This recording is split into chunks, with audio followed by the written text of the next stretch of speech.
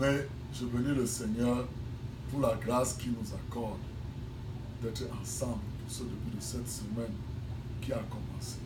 Semaine dans laquelle Jésus-Christ est parti devant toi pour préparer de bonnes choses. Il est très important que tu comprennes quelque chose, que Dieu t'a pardonné tous tes péchés en Jésus-Christ, passé, présent et futur. C'est avec cette base-là que tu peux prier en langue et être guéri. C'est avec cette base-là que tu peux demander à Dieu quelque chose, il te donne. Ce n'est pas par tes œuvres. C'est en appliquant, en connaissant les œuvres finies de Jésus-Christ dans ta vie que tu as des résultats. Donc aujourd'hui, je vais encore te parler d'une autre dimension, d'un autre travail de Jésus que tu dois comprendre. Dans la parole de Dieu, dans le livre de Jean, Jean 3, à partir du verset 17, la parole de Dieu dit, Dieu n'a pas envoyé son Fils dans le monde pour condamner le monde, mais pour sauver le monde par lui. Celui qui croit au Fils n'est pas condamné, mais celui qui ne croit pas est déjà condamné, parce qu'il n'a pas cru au Fils unique de Dieu. Voici comment la condamnation se manifeste. La lumière est venue dans le monde, mais les hommes préfèrent l'obscurité à la lumière parce qu'ils agissent mal. Quiconque fait le mal déteste la lumière et s'en écarte, car il a peur que ses mauvaises actions apparaissent en plein jour. Mais celui qui obéit à la vérité vient à la lumière afin qu'on voit clairement que ses actions sont accomplies en accord avec Dieu. Je vais te dire quelque chose aujourd'hui. En tant que chrétien, ta vie est en accord avec Dieu parce que tu es en Jésus-Christ. Mais quand tu ne le connais pas et que tu essayes tout le temps de faire les choses pour plaire à Dieu, tu ne vas pas réussir. La fin de ça, c'est que tu vas vieillir vite et tu seras toujours malheureux. Malgré que tu fais toutes les œuvres que tu peux faire pour Dieu, Dieu ne t'a jamais demandé de faire quelque chose pour lui.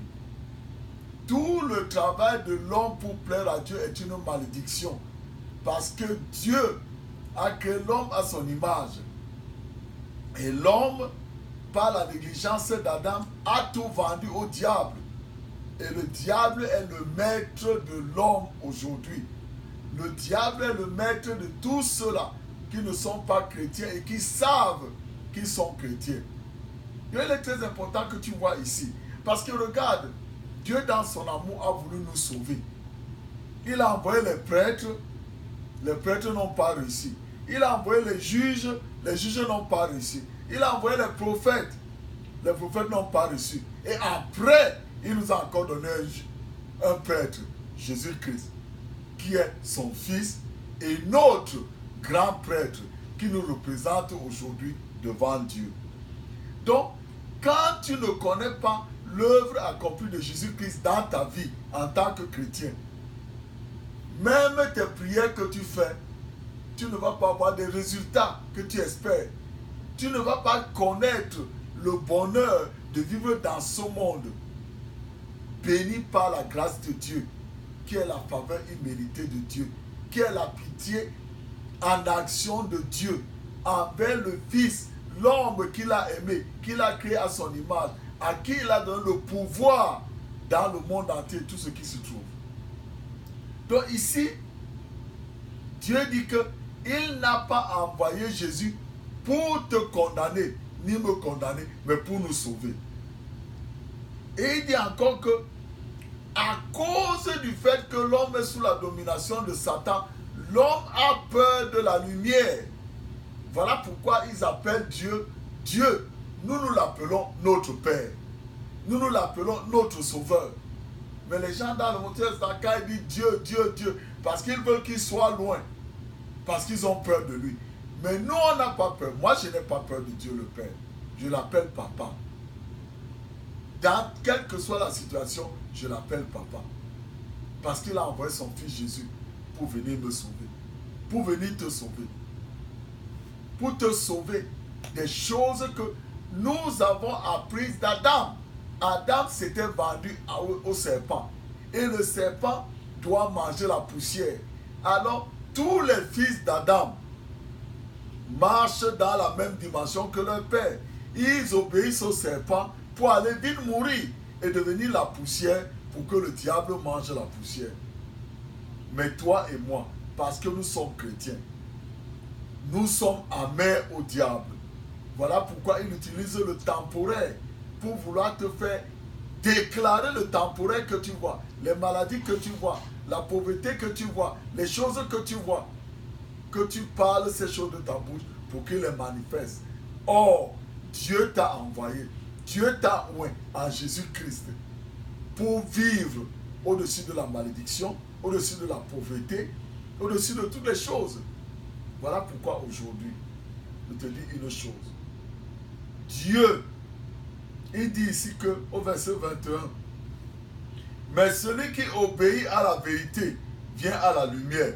C'est-à-dire celui qui connaît qu'il est juste devant Dieu, qui dit, je suis la justice de Dieu en Jésus-Christ, vient à la lumière, afin qu'on voit clairement que ses actions sont accomplies en accord avec Dieu.